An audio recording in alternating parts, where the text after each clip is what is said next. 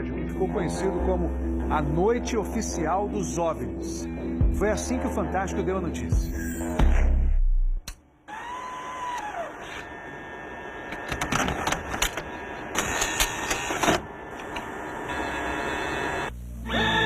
Esta semana, altas autoridades militares do Brasil admitiram publicamente pela primeira vez ter visto objetos voadores não identificados, os OVNIs. O próprio ministro da Aeronáutica, Brigadeiro Moreira Lima, deu entrevista para informar que pilotos das bases de Santa Cruz, no Rio de Janeiro, e de Anápolis, em Goiás, chegaram até a perseguir e a ser perseguidos pelos objetos voadores não identificados na região de São José dos Campos, sobre o Vale do Paraíba, e trechos do estado do Rio de Janeiro. Eram 21 OVNIs, segundo os militares, que ficaram mais de 3 horas sobrevoando o território brasileiro na noite de segunda e madrugada de terça-feira.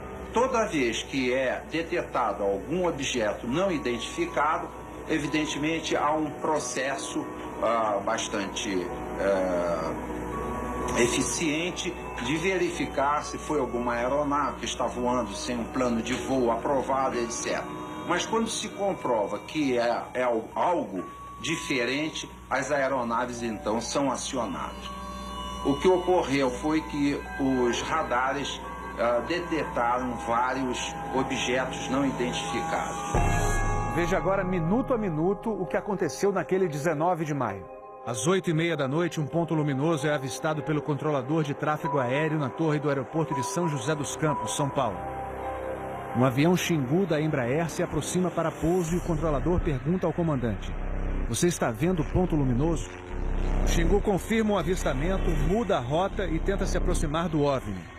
Quem estava no comando do avião era o coronel Osiris Silva, que voltava de Brasília depois de tomar posse como presidente da Petrobras.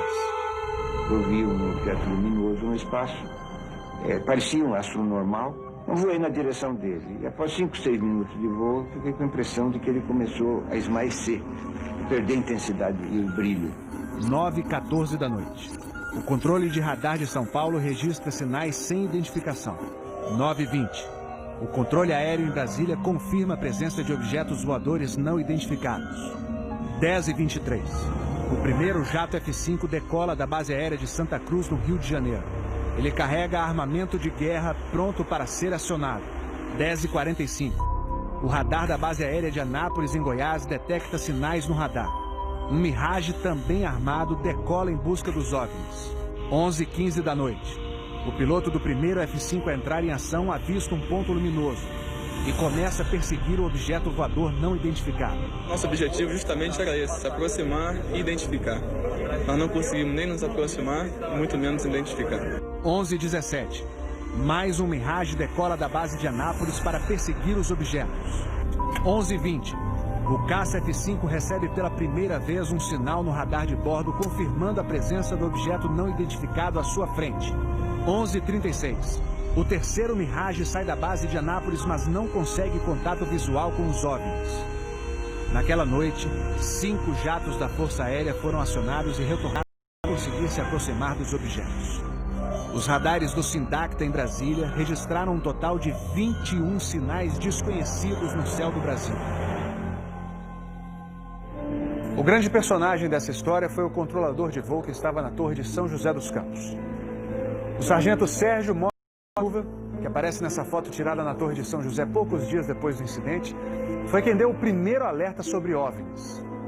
30 anos depois, Sérgio, que hoje é controlador de voo civil, deu a primeira entrevista para uma TV. Ele preferiu não mostrar o rosto. Tem alguma coisa aqui no setor noreste de São José? Um farolzinho por lá? Eu estou olhando bem, o bicho está parado. Sobe quem desce, nem vai para a esquerda nem para a direita. Está paradinho lá. Estou olhando, não é estrela não. É um farol. A olho nu parecia um avião. Quando coloquei no binóculo para observar, é que eu vi que ele era extremamente cintilante, multicolorido. Tinha vermelho, azul, branco, lilás, um monte de cores, com uma certa predominância do laranja, mas ele era muito bonito. O controlador pediu ao avião Xingu para tentar avistar o objeto.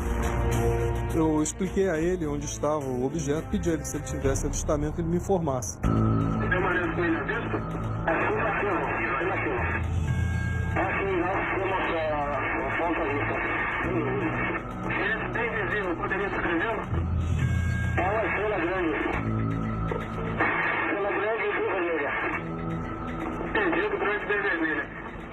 de São Paulo será alertado. O controlador em São José dos Campos avisa ao controle São Paulo que o Xingu está perseguindo o OVNI. Positivo. Ele está perseguindo o troço. Está perseguindo o troço? Tá indo atrás. Sério, tá indo. O controle? Tá vendo? Próximo de São Paulo, já da região do radar, esse objeto simplesmente desapareceu do radar. O Xingu também perdeu contato visual com ele. O avião Xingu abandonou a perseguição e pousou em São José dos Campos. Pouco depois, o controlador da Torre de São José alertou o controle São Paulo. Outros OVNIs estavam aparecendo no céu. Estou vendo 3 agora. São 3 luzes. Mas parecem estrelas. Mas o radar não pega estrelas. O que é isso? Você observa alguma mudança de cor, alguma coisa? Hoje mesmo. Aí você, né? Rapaz, eu não sei. Pra mim, olha, aqui tá parecendo uma estrela. Mas só que muda de cor bonita, rapaz. Tá vermelho, amarelo, branco. Tá dando um monte de coisa. Pô, tão barato isso aqui. Deve ter uns casos por aqui já pelas contas que eu tô fazendo aqui. Ainda bem que vocês estão vendo também. Senão eu ia pensar que eu tô ficando doido. Porra, rapaz. Tô arrepiado, meu irmão. Só dos pontos brancos afastados mais baixos. Estão entrando no alinhamento da pista, além da cidade. Tem 2 altos aqui no alinhamento da pista e tem mais uns 2 ou 3 embaixo, no baixo agora. Continuam se movimentando. Coisa linda, meu irmão. Pô, tá ficando bom esse negócio, viu? Tá ficando bom.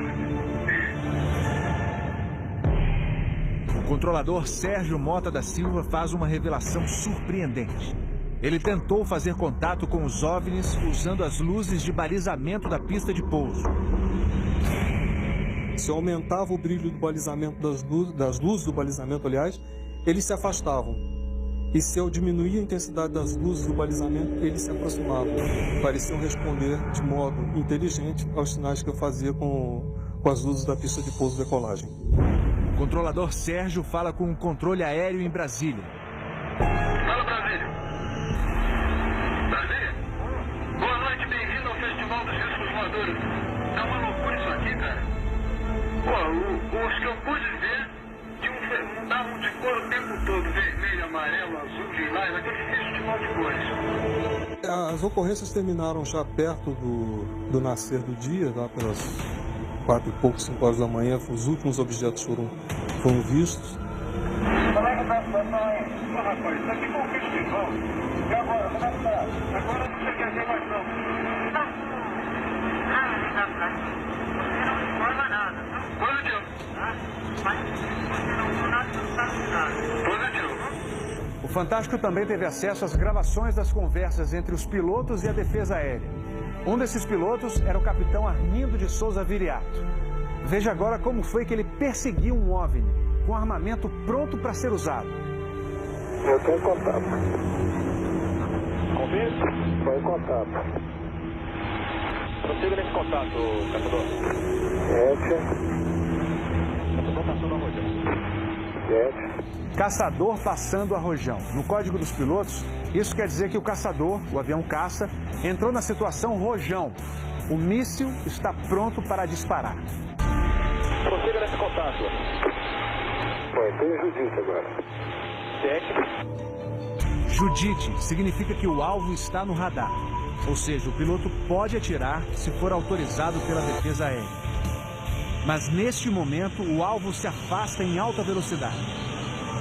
Está aumentando. Aumentando a distância, confirma. Afirmativo. A distância está aumentando de novo aqui. Aumentando rápido, né?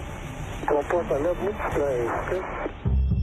O capitão Viriato falou sobre a incrível velocidade dos OVNIs numa entrevista ao Fantástico. Essa aceleração, o radar de Brasília chegou a pegar na época de defesa aérea, deu aproximadamente Mach 15. Isso aí daria em torno de 15 mil km por hora. 15 mil quilômetros por hora é uma velocidade muito acima dos jatos mais rápidos do mundo, que chegam no máximo a 4 mil quilômetros por hora. Um documento confidencial do Comando de Defesa Aérea de junho de 1986 concluiu: os objetos produziram ecos nos radares do sistema de defesa e também nos jatos que perseguiram os OVNIs. Houve contato visual dos pilotos. Os objetos atingiram velocidades supersônicas e mostraram capacidade de acelerar e desacelerar de modo brusco. E a principal conclusão do relatório: os fenômenos são sólidos e refletem inteligência pela capacidade de acompanhar e manter distância dos observadores, como também voar informação. Não foi possível identificar a origem dos objetos. Foram esses dois ufólogos, pesquisadores de OVNIs, que conseguiram no Arquivo Nacional em Brasília a liberação gratuita dessas gravações. O fenômeno OVNI é real, existe, e o governo sabe disso, as Forças Armadas sabem disso. Essa documentação sendo exposta para o público permite que as pessoas entendam que isso não é brincadeira. Não tem como a gente falar que seriam naves extraterrestres, né? Eram objetos voadores não identificados. Não podemos dar qual a procedência deles, qual a origem. É alguma coisa inexplicável do nosso ponto de vista tecnológico à época e mesmo ainda hoje. Brasília? Boa noite, bem-vindo ao Festival dos Discos Voadores.